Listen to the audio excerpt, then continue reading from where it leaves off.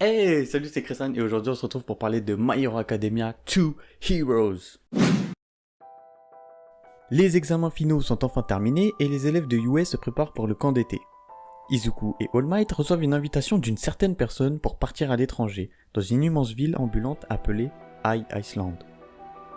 Dans cette île qui regroupe les connaissances de scientifiques du monde entier se tient l'I-Expo, un événement dédié aux résultats de recherche sur les haltères et les super-héros. Izuku y fait la rencontre de Melissa, une fille sans haltères qui lui rappelle son passé.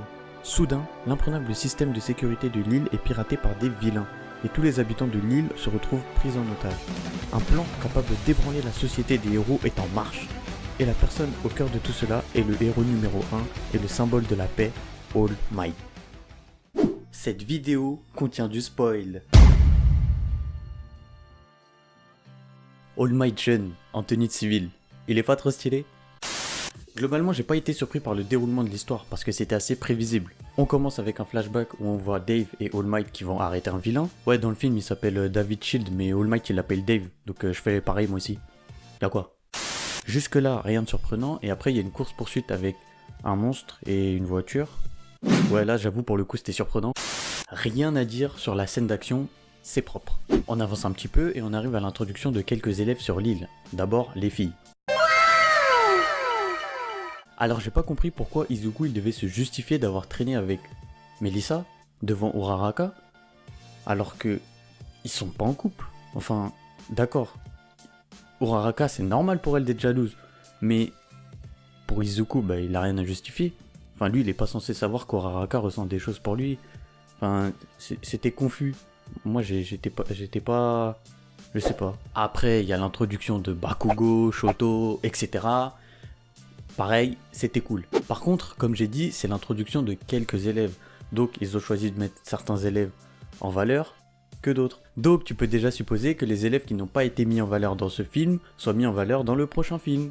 200 IQ. Maintenant, on va parler du scénario en général. Bah, c'est classique, c'est banal, c'est vu et c'est revu.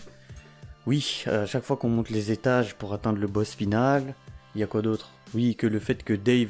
Bah en fait il préparait un mauvais coup avec les vilains, enfin même dans la mise en scène c'était prévisible, enfin le scénario faisait en sorte que c'était prévisible. Et quand c'est trop prévisible, bah t'es plus étonné.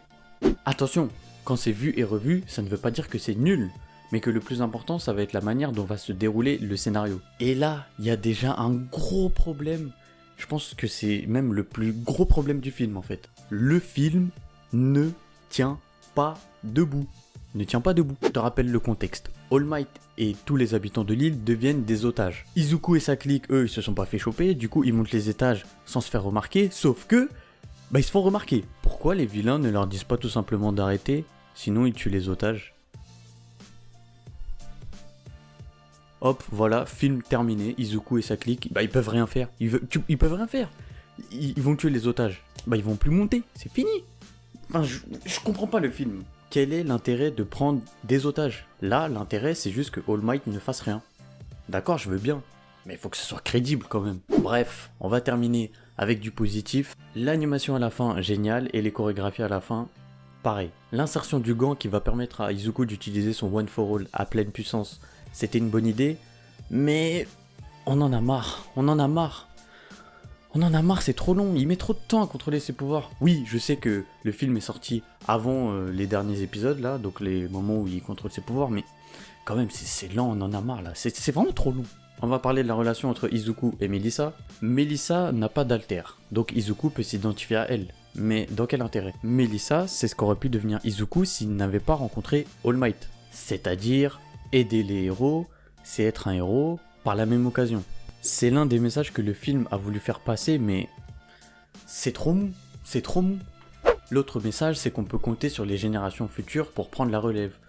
Lui, par contre, il est bien passé avec la scène de fin, tout ça, voilà. Le film, je crois, il se termine tout de suite après que le vilain il a été battu, enfin il y a quelques dialogues, mais... Enfin, c'est coupé trop rapidement. En fait, je pense que, à cause des épisodes qu'ils nous ont fait, bah j'espérais trop de ce film. Et malheureusement, bah, quand t'espères trop et que ça atteint pas tes attentes, bah t'es un petit peu déçu.